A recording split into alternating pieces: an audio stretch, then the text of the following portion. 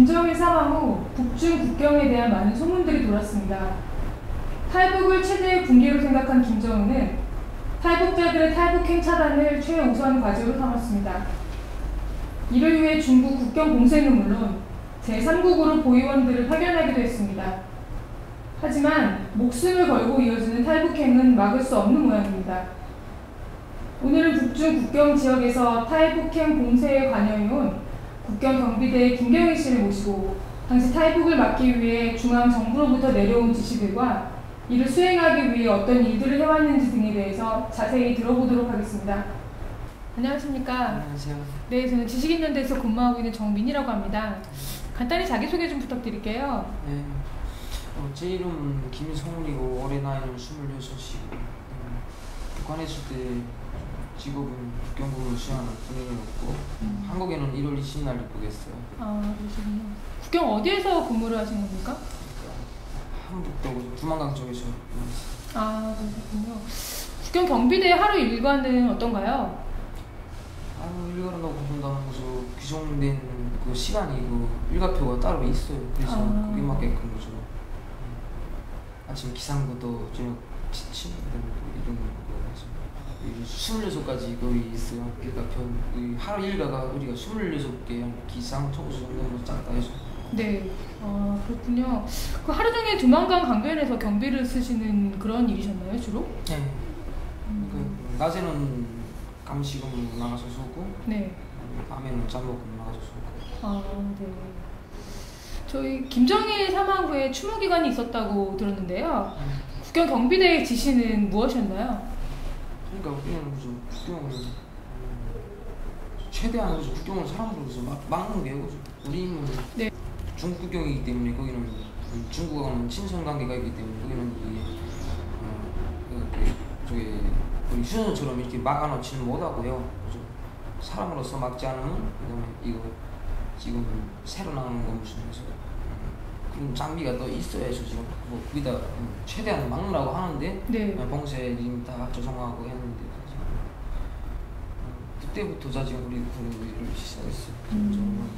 새로 나온 장비가 있다고 하셨는데 어떤 장비인지 좀 자세히 설명해 주실 수 있으세요? 그러니까 옛날 때 지금 북은 없었는데 지금 나오는 게 새로 나오는 게 우리가 인발지뢰를 지금 내려오고 있거든요. 지뢰라고 말씀하셨나요? 네. 예. 인발지뢰라는 거 소리만 나는 건데 네. 쭉 매놨다가 그다음에 그 사람이 지나가다 다치면 그게 터지는 거예요. 완전 소리가 굉장히 세고 막 터지는 정도 지나죠. 일반 실탄보다는 더 세요. 그럼 그게 어느 정도 효과가 있었나요? 아니 그러니까 거기다 매달아만 놓으면 다치기만 하면 터지니까 우리는 네. 그 봉쇄리만 해. 우리는 안 들어가고 순찰로만 왔다 갔다 하고. 네. 도망가는 탈북자들은 그걸로 지나가니까. 네. 길을 모르면 그냥 그걸로 다치기만 하고. 그리고 우리가 잡기 호라죠. 사람들이. 갑자기 궁금해서 그런데 얼마나 많은 수의 탈북자들을 잡으셨는지 혹시 말씀해 주실 수 있으세요?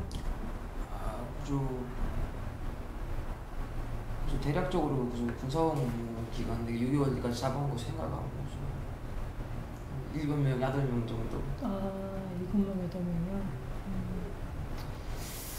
그러면 지뢰를 매설했다는 소문이 사실 떠돌았는데 그게 사실이었다는 말씀이시네요? 네, 우리가 직접 설치했어요. 또 함정을 판다거나 못을 박는다던가 뭐 이런 것도 네, 작전도 했다고 하는데 그것도 사실인가요? 네, 그러니까 그 전에는 매 구간마다 이렇게 한두 개씩 있었어요. 그렇지만 지금 아예 들어갈 자리가 없이 싹 다 모판 놓고 그다음에 거기다 또 함정 파놓고 함정에다 뭐 해서 저기가 훈독선부터 시작해서 싹 다 100% 그러니까 아카시아 봉쇄림을 막아서 아카시아 봉쇄림이라는 건 너무 빼곡이 아카시아를 심어놨기 때문에 네. 지나가는 거 개새끼들도 그걸로 못 지나간다고요. 네. 너무 어둡다는 말씀이신가요? 너무 많아서 숲이 너무 가시나무로 깡 막아놨기 때문에 봉쇄리 그 식수를 우리가 봉쇄리 만드는 거를 아카시나무라는 거 가시나무 아니에요. 네. 그걸로는 사람이 못 지나간다고요. 네네. 그러니까 우리도 그거 심어놓고 방지상 할 때 우리도 이렇게 하라 해서 한 명이 토레 수고 그다음에 두 가는 것도 뚫고 나가는 것도 30분 걸렸어요. 그것만 뚫고 나가는 거. 길에서 지금 그 방시상하고 이걸 다 100% 이렇게 언연선을 이렇게 막아라. 그래서 이렇게 못하면 너희들이 나가서 사람으로 막듯이 이렇게 손으로 찍고 그런 네. 지시가 깨난데 이러니까 그래서 우리가 작년 2011년부터 4월부터 그 연선으로 작업을 이렇게 했어요. 그래서 그러면 탈북자들을 직접 잡았다. 그러면은 그 다음부터는 어떻게 처리를 하셨는지 굉장히 궁금한데요. 그러니까 일단 우리 선이 우리가 잡으면 그 사람을 그러니까 엄닥달닥 못하게 이제 포승해놓는 게 우리가 네. 그래서 잡아놓고 그 잡는 것도 사람이 저기 앞으로 간다 하면 그 임무 수립을 조장이 해요. 그래서 네. 누구는 이쪽으로 어느 쪽으로 해서 자기가 그래서 두만강 쪽으로 멋지게 두만강 쪽을 막고 우리 줄은 몰아서 잡아요. 네. 그 전화가 매 잠복소마다 전화가 다 통화되니까 네. 그 같이 이렇게 합동할 수도 있고 네. 그렇게 하지 못하는 경우는 좀 우리끼리 나가서 하는데 또 잡으면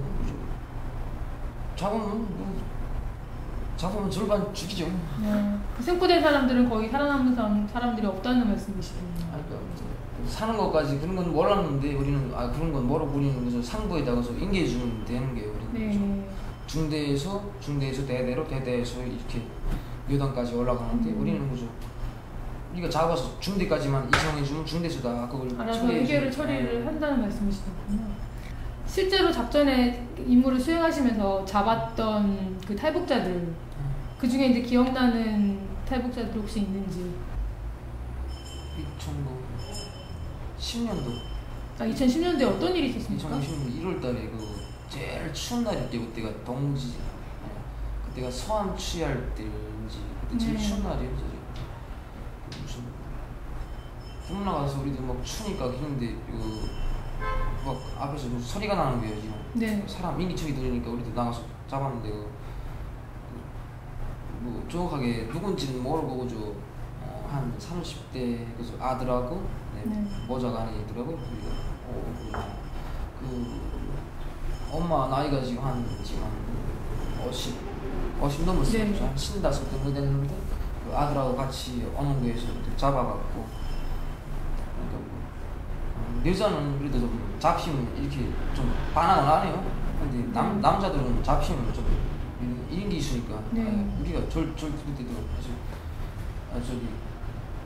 잡히면 그저 그 자리에서 그저 이거 일인기 다 있어요. 이런 쪽으로 배아주는 다 있어요. 제어하는 방법을 다 알지. 그래서 다 저리 디포승하고 그다음에 신발 다 꺾기 시키고 그리고 또안 그러면 또 맨발도 비끼는 게요. 맨발로 비껴갖고 또 불편하게 끌고 가는 죠.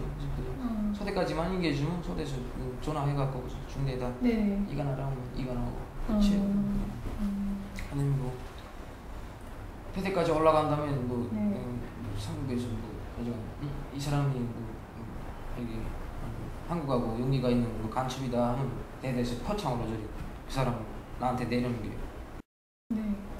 그 일반적으로 한국에서는 사람들이 탈북자들이 도강을 할 때 마치 총 쏘듯이 짐승을 사냥하듯이 이렇게 쏘는 이미지가 굉장히 많이 심어져 있는데요. 이게 어느 정도 실체가 있는 사실입니까? 그거는 아직까지는 여기서는 잘못된 인식이거죠. 우리한테 상부에서 지시 내려오는 거는 거죠. 나한테 내가 생명이 위험하지 않는 이상 거죠. 총은 쏘지 말라. 총을 쏘지 말라고 그 지시를 받는다는 이런 말씀이신가요?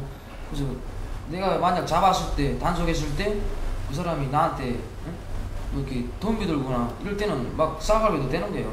내가 나한테 쬐끔이라도 뭐 이렇게 하면 나한테 싸가기는데 거분거분 이렇게 나한테 내가 생명을 줘서 가서 하면 가고 이게 뭐 오라면 오고 하고 이게 말 잘 듣으면 또 괜찮은데 일단 뭐 조금만 반항했다는 그다음엔 뭐 우리가 하기 탓이니까 산에 깔고 무슨 나한테 달려들어서 싹 가면 되니까 대결로 가서 하니까 그건 괜찮아요. 그래서 지시는 거죠. 필요해요. 넘기고죠. 생명에 그죠. 이급함이 없는 조건에서 그죠. 쏘지 말라는 지시를 받는다는. 최대한 총은 쏘지 말라. 도강을 안전하게 하려고 도강비를 지불한다고 하는데요. 이에 대한 좀 자세한 설명 좀 부탁드릴게요. 그러니까 도강비 지급한다는 건 그러니까 그것도 이게 가다가 내가 잡혔다 지나가다가 오늘 내 눕다가 그다음에 국경경비 수행하는 사람들한테 잡혔다 걔네들 잡혔다 하면 그 자리에서 뭐 이렇게 돈 꺼내갖고 주는 게 아니고 그러니까 그거는 솔직히 말해서 내가 이제 가서 잡아갖고서니 그 사람이 돈 주는 거 받아갖고 그 사람을 보내주면 그 사람은 이제 넘어가 여기 한국에 오면 뭘 저기가 무슨 이런 게 많은 게 하거든요. 또 그것도 괜찮은 건데 또 가다가 중국에서 잡히면 네. 중국 공안에서 잡혀서 다시 북송돼서 나가면 너 어디로 넘어갔느냐 하면 그때 가다가 며칠 나왔다가 어느 구간을 넘었는데 그때 군대한테 장난했는데 그래서 그걸 돈 받고 무슨 군대가 나줬다 이렇게 말하면 그 군대가 까까로 돌기만 하는 게 하니까 우리는 그 국경부대 근무 일지를 그러니까 매 사람당 매일 이렇게 잠복근 나가는 그 일지를 30년 동안 보관하고 있어. 그러니까 내가 제대한 후에도 그 분날짜에 그러니까 내가 제대 올해 제대됐다 해서 내가 뭐 10년 전에 뭐 한 3, 4년 전에 구일이 있다가 그 사람이 중국에서 잡혀서 이렇게 불어주면 다시 내가 제대가서 사회일에도 다시 데리다가 취급하는 거예요. 그래서 그 자리에서 이렇게 돈 받고 보낸다는 건 없고 그다음에 우리가 이렇게 사회 대상하면서 그런 인맥관계를 해서 조금씩 알게 되면 사람이 그다음에 무슨 돈을 마주갔으니까 좀 해달라 하는데 그것도 솔직히 말해서 여기 보이부가 북한 보이부가 너무 세기 때문에 네. 웬만하면 그저 사람을 태수다 몇 번 하고서니 그 다음에 진짜 믿을 사람이면 보내는 거고 그렇지 않으면 안 보내요. 그럼 성인 1인당 얼마 정도 받는 거야? 그래서 중국 그래서 돈으로 그래서 한 6천, 5천 그래서 최소 한자 밖에 받아 5천이고 그 다음에 지금 또 뭐 알아보니까 지금 또 10,000원 올랐다고 그러더라고요. 네. 그러면 뭐 한국 돈으로 한 100만 원 정도 된다는 말씀이시죠? 120만 원 정도. 예. 그 탈북 배경에 대해서 좀 설명 좀 해주세요. 왜 결심을 하셨는지 탈북을 하시기로. 그러니까 뭐 다른 거는 좀 나는 솔직히 말해서 그 북한에 있을 때 그 체제가 이렇게 나쁘다고는 생각 못했어요. 네. 솔직히 말해서 난 그때까지만 해도 뭐 태어나서부터 뭐 이런 교양을 받다 나니까 좀 북한 정부가 나쁜 건 모르고 나는 네. 뭐 당에 충실하겠다 하고 솔직히 네. 말해서 군복 입고 나와서 뭐 8년 동안 고생하고 했는데 그러니까 자꾸 상관들이 내 정치돈부터가 시작해서 걔랑 좀 그 사람은 여기 좀 간부네 자식이기 때문에 좀 내가 좀 그래서 우리 부모들은 노동자고 하니까 심어주니까 계속 억눌리는 거예요 자꾸. 네. 그러니까 나는 올 때 막 그 사람들하고 충돌하다 보니까 이런 관계를 충돌하다 보니까 그 사람은 자꾸 뭐 어떻게 조금만 이렇게 하면 잘못 공문하고 조금만 자도 김정희 그 말씀은 딱 걸어갖고 장관님께서는 이렇게 말씀하셨는데 너는 왜 이렇게 행동하느냐? 난 지금 정치범으로 몰리는 게 내가 아니 사람들은 이 삶에서 실수도 하겠고 됐고 무슨 그게 아무튼 완성된 사람이 없잖아요 한테 그렇게 하다 나니까 정치돈이 너무 길다 나니까 나의 발전 문제도 꽤나 막아놓고 학교도 못 가게 하고 이렇게 딱 하니까 그다음에 그죠 상관들하고 충돌하니까 상부 사람들하고 충돌하다 보니까 네. 너무 막 그래서 왔어. 그러면 전혀 사실은 한국 사람들은 요새 북한 사람들이 한국 드라마나 외국 영화 같은 것들을 많이 보면서 체제의 문제점을 조금 인식하기 시작했다는 그런 생각들이 많은데 그런 것 때문에 탈북을 결심하게 된 거나 그런 건 전혀 아니시라는 말씀이시네요. 개인적으로 이렇게 상관들하고 또 트러블도 있었고 그다음에 본인의 앞으로 장차 뭐 성장할 환경들을 생각해서 거기에 대한 회의가 들어가지고 탈북을 하시게 됐다는 이런 말씀이시군요. 그 한국에 들어오신 지 이제 한 10개월 되셨잖아요. 네. 그 한국에 처음에 들어오셔서 느낌이 어떠셨나요? 첫 인상이 어떠셨어요? 첫 느낌이라는 게 그래서 뭔가 인천공항으로 비행기 타고 내리니까 이거 너무 여기가 막 밝은 거예요 대낮처럼. 네네. 이게 처음 진짜 그런 거 처음 봤어요. 너무 대낮처럼 밝아가지고 난 북한에 진짜 전기 와야 그죠 한 명절날이나 그래서 김정일이 생일 때 그때 4.15 2월 16일 그때나 조금씩 주고 그다음에 아예 일체 등잔 놓고 살아요. 등잔 놓고 아직 그 경유 갔다 해서 그런 거 하는데 나 이겨 되니까 진짜 첫인상이 나고 너무 밝아갖고 대낮처럼 밝아가지고 뭐 우리 뭐 전기 전력 하느라고 뭐 대낮에서 불 먹기 시간도 가는데 이게 너무 불이 환해가지고 전기가 너무 진짜 푸네요 이게. 한국에서 어떤 꿈이 있으신지 궁금합니다. 북한에서 해봤다는 게 군인밖에 못 해봤으니까 아직까지 북한에서도 뭐 진짜 컴퓨터 한 번도 못 해봤어요. 그러니까 네. 여기 와서 너무 황당한 건데 네. 내가 지금 꿈을 안고 여기까지 왔다는 거죠. 네. 남을 위해서 사는 사람 이렇게 남을 위해서 사는 사람. 나도 솔직히 말해서 여기 올 때는 내가 여기 와서 다시 군사복무 하겠다고 하는데 네. 일이 좀뭐 여기가 법이 또 그렇다는 게 네. 지금 희망 지금 내 한게 지금 경찰 쪽으로 지금 나. 네. 아, 경찰 공무원 생각하신다는 말씀이시군요. 네, 알겠습니다. 네, 이제까지 정말 좋은 말씀 많이 들었습니다. 감사합니다. 지금까지 2012년도에 탈북한 두만강 지역 국경 경비대 김성우 씨와 김정일 사망 직후의 국경에 대해서 알아보는 시간이었습니다. 함정에 빠지는 사람은 본적 있어요? 그러니까 빠지는 그 어느 정도 미웠고 거기 내용을 두 가지 나눈 게 있잖아. 몰라고 모르고는 나중에 빠지죠.